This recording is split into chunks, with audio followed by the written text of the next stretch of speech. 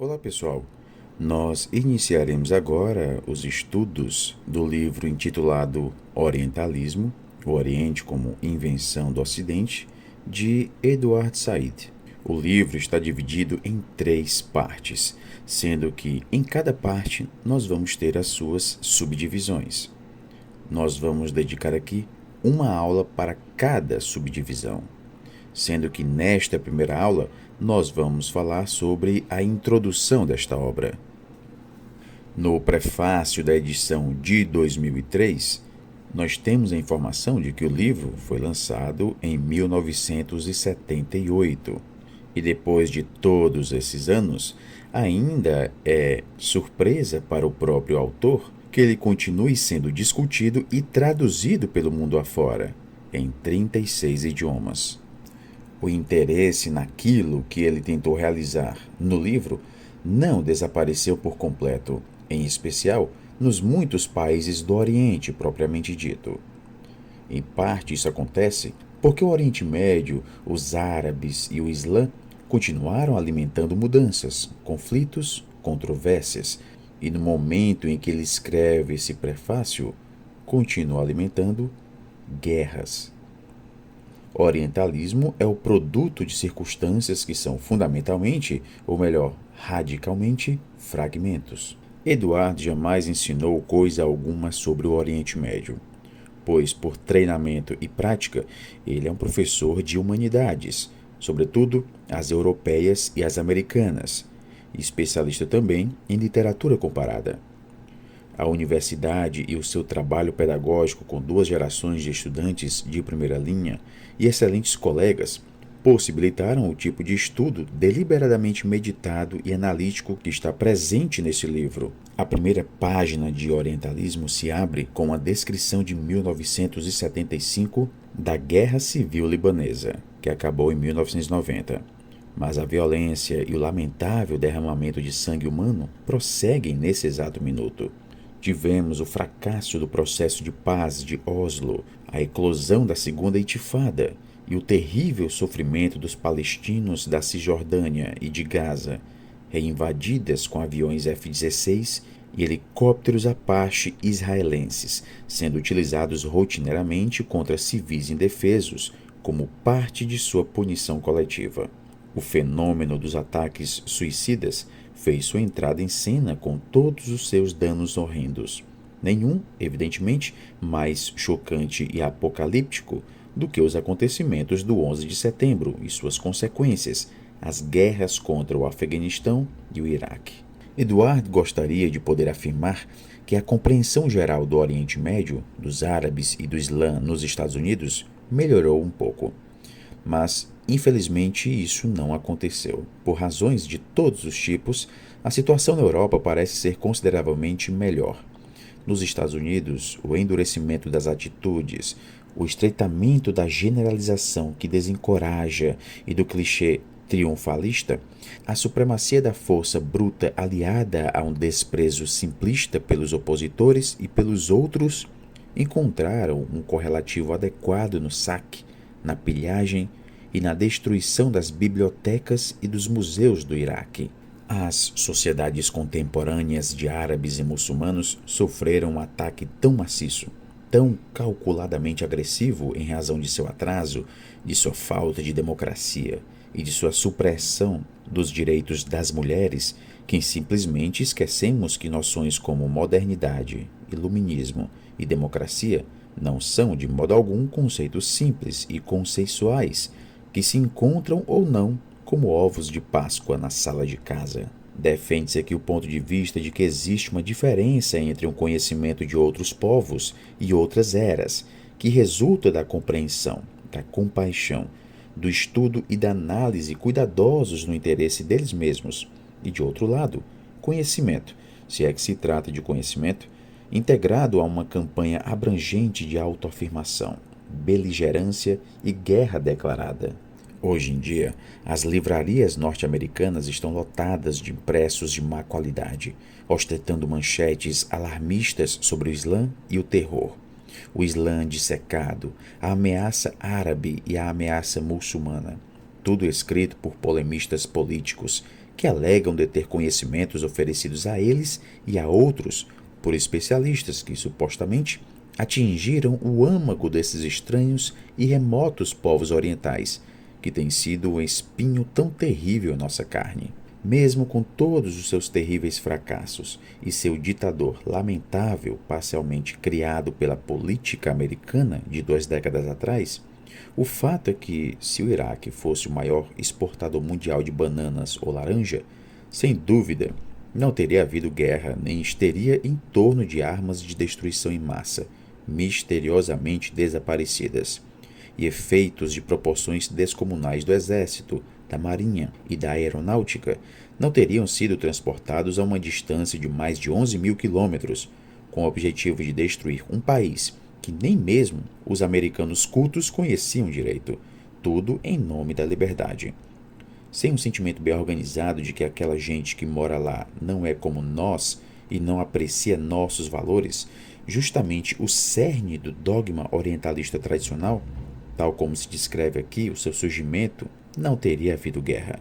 Todos os impérios que já existiram em seus discursos oficiais afirmaram não ser como os outros, explicaram que suas circunstâncias são especiais, que existem com a missão de educar, civilizar e instaurar a ordem e a democracia, e que só em último caso recorrem à força. O que é mais triste, sempre aparece um coro de intelectuais de boa vontade para dizer palavras pacificadoras acerca de impérios benignos e altruístas, como se não devêssemos confiar na evidência que nossos próprios olhos nos oferecem, quando contemplamos a destruição, a miséria e a morte trazidas pela mais recente missão civilizatória. A cultura do livro, baseada em pesquisas de arquivo, bem como os princípios gerais de vida intelectual que um dia formaram as bases do humanismo como disciplina histórica, praticamente desapareceram. Em vez de ler, no sentido real da palavra, hoje é frequente vermos nossos estudantes se desviarem por obra do conhecimento fragmentário, disponível na internet e nos meios de comunicação de massa. Pior ainda, a educação é ameaçada por ortodoxias nacionalistas e religiosas, constantemente disseminadas pelos meios de comunicação de massa, que focalizam ahistoricamente e de maneira sensacionalista guerras eletrônicas remotas, transmitindo à audiência o sentimento de precisão cirúrgica, mas, na realidade, encobrindo o sofrimento e a destruição terríveis produzidos pela guerra limpa de hoje. Na demonização de um inimigo desconhecido, em relação ao qual a etiqueta terrorista serve ao propósito geral de manter as pessoas mobilizadas e enraivecidas, as imagens da mídia atraem a atenção excessiva e podem ser exploradas em épocas de crise e insegurança, do tipo produzido pelo período pós-11 de setembro. Eduard Said observa que está longe de ser coincidência o fato de que o general Ariel Sharon, de Israel, que em 1982 liderou a invasão do Líbano com o objetivo de mudar o governo libanês e matou 17 mil civis no processo, é, no momento em que é escrito este prefácio, um parceiro de George W. Bush na paz, e que nos Estados Unidos, pelo menos, não houve contestação suficiente da tese duvidosa de que só o poderio militar será capaz de alterar o mapa do planeta. Reflexão, debate, argumentação racional, princípios morais baseados na noção secular de que o ser humano deve criar sua própria história. Tudo isso foi substituído por ideias abstratas, que celebram a excepcionalidade americana ou ocidental, denigrem a relevância do contexto e veem as outras culturas com desprezo e descaso. Mesmo a linguagem da guerra planejada é desumanizadora ao extremo. Vamos entrar lá, tirar o Saddam, destruir o exército dele com golpes limpos, cirúrgicos, e todos vão achar o máximo, disse um membro do Congresso uma noite dessas em rede nacional de televisão. Esse é um dos lados do debate global. Nos países árabes e muçulmanos, a situação não chega a ser muito melhor. A região escorregou para um anti-americanismo fácil, que mostra pouco entendimento do que os Estados Unidos efetivamente são como sociedade. Relativamente impotentes para influenciar a política norte-americana, os governos acabam voltando suas energias para a repressão e a contenção de suas populações, o que provoca ressentimento, ira e imprecações impotentes, que em nada contribuem para arejar sociedades em que as ideias seculares acerca da história e do desenvolvimento humano foram sobrepujadas pelo malogro e pela frustração, e também por um islamismo construído a partir do aprendizado mecânico, do apagamento daquilo que é percebido como formas competitivas de conhecimento secular e da incapacidade de analisar e intercambiar ideias no âmbito do mundo predominantemente discordante do discurso moderno. O mundo secular é o mundo da história vista como algo feito por seres humanos. A ação humana está sujeita à investigação e à análise. A inteligência tem como missão aprender, criticar, influenciar e julgar. O humanismo está centrado na ação da individualidade e da intuição subjetiva humanas, mais do que em ideias prontas e na autoridade aceita. Os textos precisam ser lidos como textos produzidos no domínio histórico e que nele vivem, sob uma variedade de modos profanos. O humanismo é a nossa única possibilidade de resistência. Os protestos em escala mundial, logo antes do início da guerra no Iraque, não teriam sido possíveis sem a existência de comunidades alternativas pelo mundo afora, comunidades informadas pela rede alternativa de informação e agudamente conscientes das iniciativas ambientais, de direitos humanos e libertárias que nos unem a todos neste minúsculo planeta. Na introdução a esta obra, Eduardo nos traz que o Oriente era praticamente uma invenção europeia e fora, desde a antiguidade, um lugar de episódios romanescos, seres exóticos, lembranças e paisagens encantadas, experiências extraordinárias. Agora isso estava desaparecendo. Num certo sentido, já havia desaparecido. Esse tempo tinha passado. Os americanos não sentirão exatamente o mesmo sobre o Oriente, que mais provavelmente vão associar ao Extremo Oriente, principalmente à China e ao Japão. Ao contrário dos americanos, os franceses e os britânicos, e em menor escala os alemães, os russos, os espanhóis, os portugueses, os italianos e os suíços, tiveram uma longa tradição daquilo que Eduardo chama aqui de orientalismo, que é um modo de abordar o Oriente que tem como fundamento o lugar especial do Oriente na experiência ocidental europeia. O Oriente não é apenas adjacente à Europa, é também o lugar das maiores, mais ricas e mais antigas colônias europeias, a fonte de suas civilizações e línguas, seu rival cultural e uma de suas imagens mais profundas e mais recorrentes do outro. O Oriente é uma parte integrante da civilização e da cultura material europeia. O orientalismo expressa e representa essa parte em termos culturais e até mesmo ideológicos, no modo de discurso baseado em instituições, vocabulário, erudição, imagens, doutrinas, burocracias e estilos coloniais. Vai ficar claro aqui para a gente que, por orientalismo, Eduardo quer dizer várias coisas, todas interdependentes. A designação mais prontamente aceita para orientalismo é acadêmica, e certamente o rótulo ainda tem serventia em várias instituições acadêmicas. Quem ensina, escreve ou pesquisa sobre o Oriente, seja um antropólogo, um sociólogo, um historiador ou um filólogo, nos seus aspectos mais específicos ou gerais, é um orientalista. E o que ele faz ou ela faz é orientalismo. Comparado a estudos orientais ou estudos da área, é verdade que o termo orientalismo deixou de ser o preferido dos especialistas atuais, não só porque é muito vago e geral, como porque conota a atitude arrogante do colonialismo europeu do século XIX e do início do século XX. Ainda assim, escrevem-se livros e realizam-se congressos que têm o Oriente como foco principal, e o orientalista, a nova ou velha maneira, como autoridade principal. O orientalismo é um estilo de pensamento baseado numa distinção ontológica e epistemológica feita entre o Oriente e o Ocidente. Dessa forma, um grande número de escritores, entre os quais poetas, romancistas, filósofos, teóricos políticos, economistas e administradores imperiais, têm aceitado a distinção básica entre o leste e o oeste como ponto de partida para teorias elaboradas, epopeias, romances, descrições sociais e relatos políticos a respeito do Oriente, seus povos, costumes, mentalidade, destino e assim por diante. Tomando o final do século XVIII como ponto de partida aproximado, o orientalismo pode ser discutido e analisado como a instituição autorizada a lidar com o Oriente, fazendo e corroborando afirmações a seu respeito, descrevendo o Oriente, ensinando, colonizando e governando esse Oriente.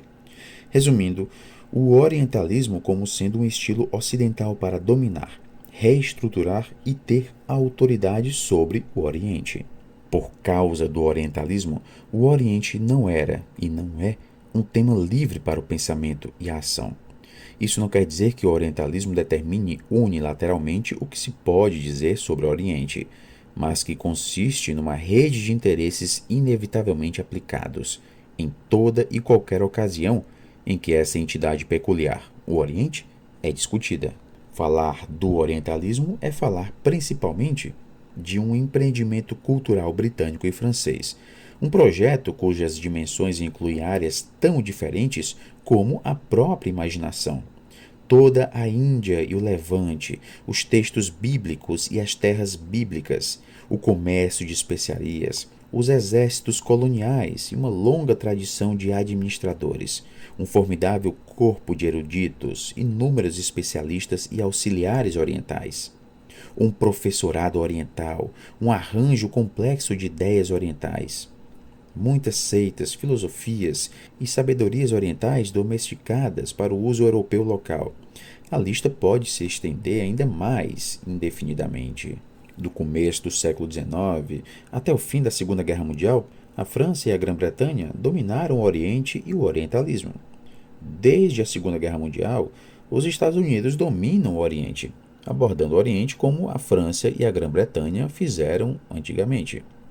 Dessa intimidade, cuja dinâmica é muito produtiva, mesmo que sempre demonstre a força relativamente maior do Ocidente, britânico, francês ou americano, daí que provém um grande corpo de textos que Edward Said chama de orientalistas.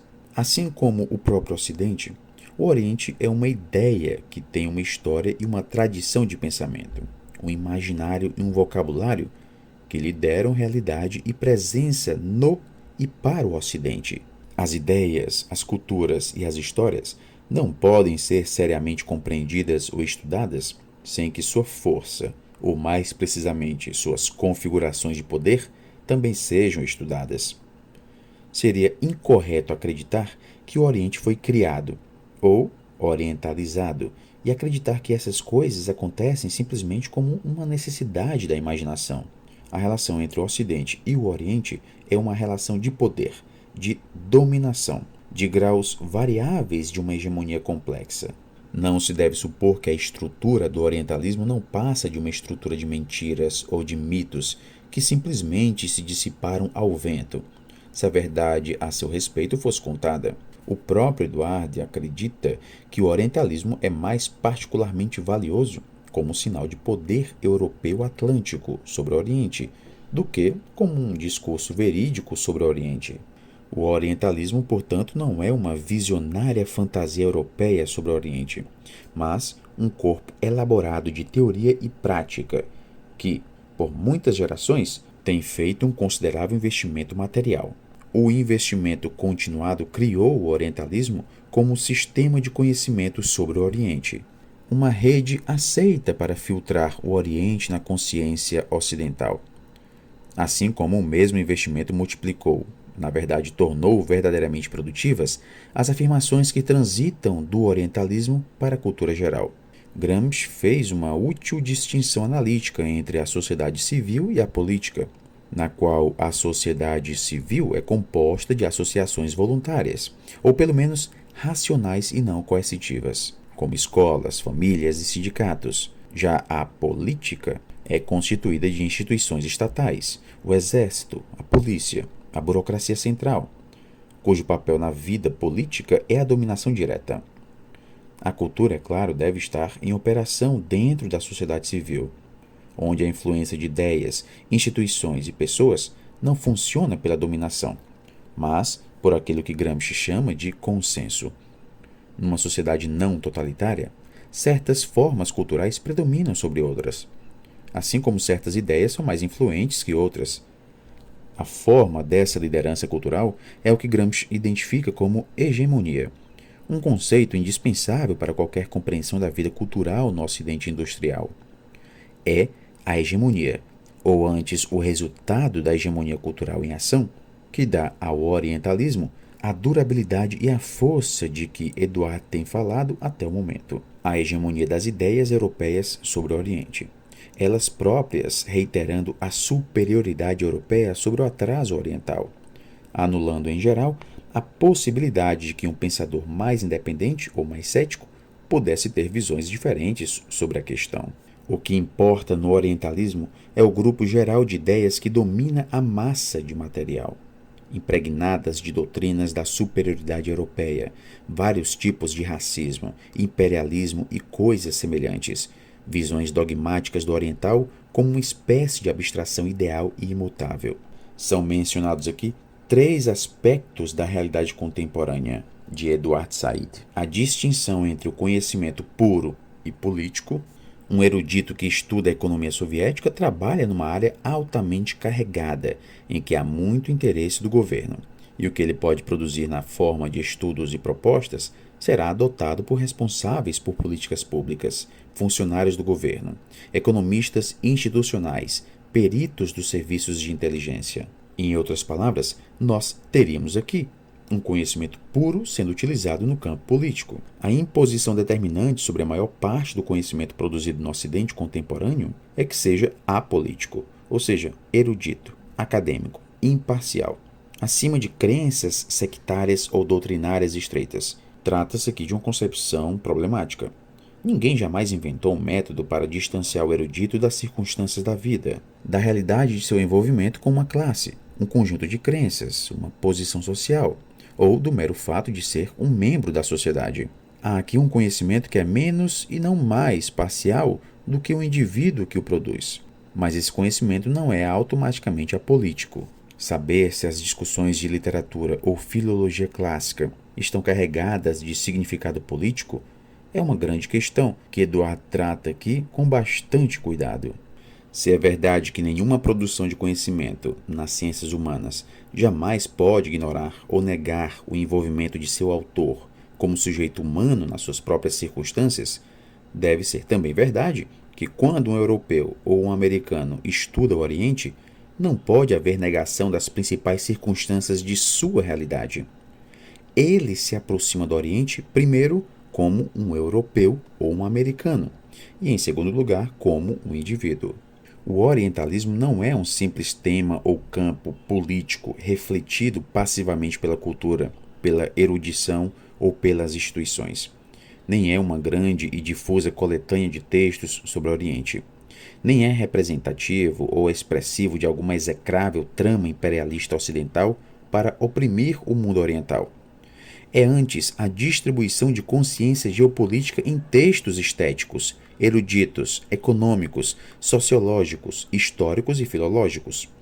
é a elaboração não só de uma distinção geográfica básica, ou seja, o mundo é composto de duas metades desiguais, o Oriente e o Ocidente, mas também de toda uma série de interesses que, por meios como a descoberta erudita, a construção filológica, a análise psicológica, a descrição paisagística e a sociológica, o orientalismo não só cria, mas igualmente mantém. É mais do que expressa uma certa vontade ou intenção de compreender, em alguns casos controlar, manipular e até incorporar o que é um mundo manifestamente diferente. O orientalismo tem menos a ver com o Oriente do que com o mundo ocidental. O ponto de partida de análise aqui de Eduard foi a experiência britânica, francesa e americana no Oriente, tomadas como unidade. Investigar o pano de fundo histórico e intelectual que tornou essa experiência possível, o seu teor e o caráter da experiência. A Grã-Bretanha e a França dominaram o Mediterrâneo Oriental desde aproximadamente o fim do século XVII. Todo aquele que escreve sobre o Oriente deve se localizar frente a frente ao Oriente. Traduzida no seu texto, essa localização inclui o tipo de voz narrativa que ele adota, o tipo de estrutura que constrói, os tipos de imagens, temas, motivos que circulam no seu texto, todos os quais se somam para formar os modos deliberados de se dirigir ao leitor, de abranger o Oriente e, enfim, de representá-lo ou falar em seu nome. Mas nada disso ocorre de forma abstrata. Todo escritor sobre o Oriente assume algum precedente oriental, algum conhecimento prévio do Oriente, a que se refere e em que se baseia. O produto principal dessa exterioridade é certamente a representação que se faz do Oriente. Eduard analisa aqui dados como estilo, figuras de retórica, o cenário, os esquemas narrativos, as circunstâncias históricas e sociais, enfim, como o Oriente é representado pelo Ocidente. Aquilo que comumente circula não é a verdade, mas uma representação. Portanto, ele busca estudar as representações do Oriente, feitas pelo Ocidente. Por isso que ele diz que o orientalismo representa e se afasta do Oriente. O fato de o orientalismo fazer sentido depende mais do Ocidente do que do Oriente.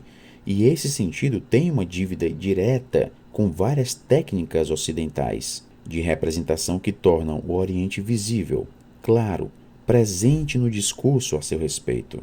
Essas representações feitas do Oriente se baseiam em instituições, tradições, convenções, códigos consensuais de compreensão. Quando, por volta da virada do século XVIII, o Oriente revelou definitivamente a idade de suas línguas, tornando obsoleta a linhagem divina do hebraico, uma vez que agora nós vamos ter o sânscrito, foi um grupo de europeus quem fez essa descoberta e passou essa descoberta a outros estudiosos e preservou na nova ciência da filologia indo-europeia. Nasceu uma nova ciência poderosa para examinar o Oriente linguístico, e com ela, como Foucault mostrou em A Ordem das Coisas, toda uma teia de interesses científicos relacionados. A história do orientalismo tem uma coerência interna e um conjunto altamente articulado de relações para com a cultura dominante que o circunda. Eduard se propõe a examinar não só as obras eruditas, mas também as obras de literatura, tratados políticos, textos jornalísticos, livros de viagem, estudos religiosos e filológicos. Em outras palavras, há aqui uma perspectiva híbrida, amplamente histórica e antropológica. Para o leitor em geral, esse estudo trata de questões que sempre prendem a atenção, todas ligadas não só a concepções e tratamentos ocidentais do outro, que é o Oriente, mas também ao papel singularmente importante desempenhado pela cultura ocidental. Para os leitores do assim chamado Terceiro Mundo, este estudo se apresenta como um passo para compreender menos a política ocidental e o mundo não ocidental nessa política do que a força do discurso cultural ocidental. Uma força muitas vezes tomada erroneamente como apenas decorativa ou de superestrutura. A esperança de Eduard é ilustrar a formidável estrutura de dominação cultural, e, especificamente, para os povos outrora colonizados, os perigos e as tentações de empregar essa estrutura em si mesmos e em outros. Há também aqui a dimensão pessoal. Em Cadernos do Cárcere, Gramsci diz: o ponto de partida da elaboração crítica é a consciência do que você é realmente. É o conhece-te a ti mesmo, como produto do processo histórico até aquele momento, o qual depositou em você uma infinidade de traços, sem deixar o inventário. Muito do investimento pessoal de Eduard aqui nesse estudo deriva da sua consciência de ser um oriental, por ter sido uma criança que cresceu em duas colônias britânicas, Palestina e Egito. Um aspecto do mundo eletrônico pós-moderno é que houve um reforço dos estereótipos pelos quais o Oriente é visto. A televisão, os filmes e todos os recursos da mídia têm forçado as informações a se ajustar em moldes cada vez mais padronizados. No que diz respeito ao Oriente, a padronização e os estereótipos culturais intensificaram o domínio da demonologia imaginativa e acadêmica do misterioso Oriente do século XIX. A teia de racismo, estereótipos culturais, imperialismo político, ideologia desumanizadora que reprime os árabes ou os muçulmanos é realmente muito forte. E essa teia é o que todo palestino vem a sentir como seu destino singularmente punitivo.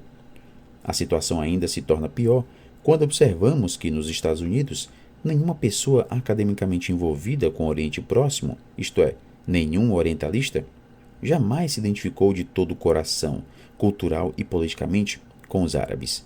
Certamente ocorreram identificações em algum nível, mas elas nunca adotaram uma forma aceitável, como a da identificação americana liberal com o sionismo, tendo sido com muita frequência radicalmente prejudicadas pela sua associação com interesses políticos e econômicos desacreditados ou com a religião.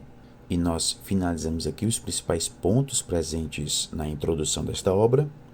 Na próxima aula nós vamos abordar o primeiro capítulo.